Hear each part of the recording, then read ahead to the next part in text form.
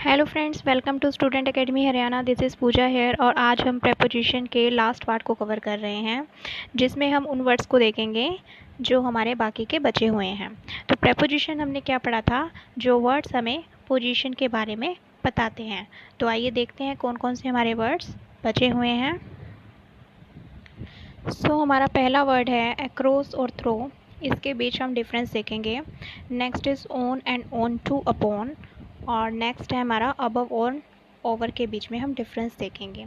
तो सबसे पहले बात कर लेते हैं अक्रॉस और थ्रो की। हमारा पहला है अक्रॉस। अक्रॉस का मतलब क्या होता है, एक पार्ट से दूसरी पार्ट जाना। जैसे कि आप इस पिक्चर में देख रहे हैं, ये जो बॉय है ये स्विमिंग कर रहा है, ये इस पार्ट से इस पार्ट की तरफ को मूव कर रहा है। तो एक पार्ट से दूसरी पार्ट की तरफ को जाने को हम क्या बोलते हैं, अक्रॉस। तो एग्जाम्पल में क्या आ जाएगा, ही स्वैम डैश द रिवर। तो वो क्या कर रहा है, अक्रॉस द रिवर जा रहा है वो, इसलिए यहाँ पर क्या आ जाएगा, across. He swum across the river. Next है हमारा थ्रो।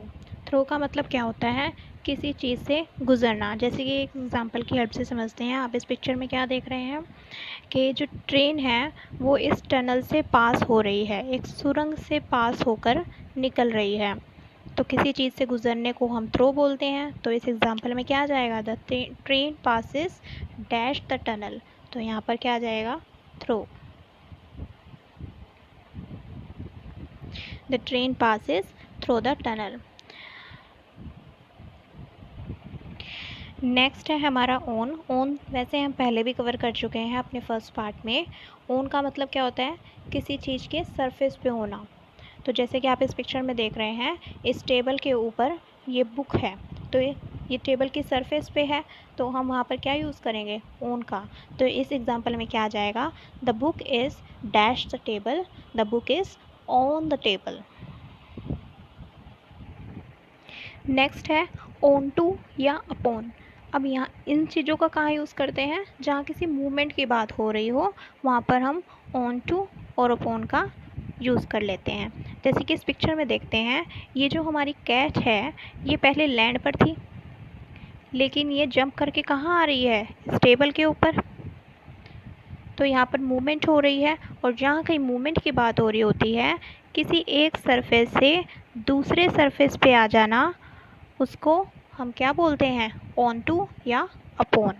तो इस एग्जांपल में क्या आ जाएगा, the cat jumped dash the table. तो हम यहाँ पर ऑन टू का भी यूज़ कर सकते हैं और अपॉन का भी यूज़ कर सकते हैं, दोनों ही हमारे करेक्ट होंगे इसमें। नेक्स्ट है अबव।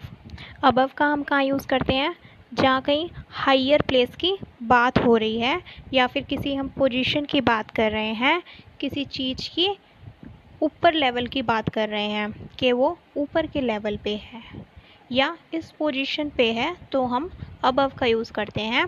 एक पिक्चर की हेल्प से समझते हैं। इसमें आप देख रहे हैं, जो यहाँ बादल हैं वो इस सिटी के ऊपर बने हुए हैं, तो हम इस एग्जाम्पल में क्या यूज़ करेंगे, the clouds lingered dash the city. तो यहाँ पर क्या आ जाएगा, अबव। जो बादल हैं वो सिटी के ऊपर बने हुए हैं। नेक्स्ट है ओवर। ओवर का कहाँ हम यूज़ करते हैं, जहाँ हमारी मूवमेंट की बात हो रही हो या फिर कवर्ड की बात हो रही हो। तो सबसे पहले हम कवर्ड का एग्जाम्पल क्रिएट करते हैं। कवर्ड में जैसे कि आप इस पिक्चर में देख रहे हैं, इस लेडी ने इस स्कार्फ को अपने नेक के अराउंड कवर कर रखा है, अपनी नेक कवर कर रखी है स्कार्फ से। तो इस एग्जांपल में क्या आ जाएगा, she put a scarf dash her neck. तो यहाँ पर ओवर हम यूज़ कर लेंगे, क्योंकि उसने अपनी नेक को स्कार्फ से पूरी तरह से कवर्ड कर रखा है, तो वहाँ पर ओवर का यूज़ होता है।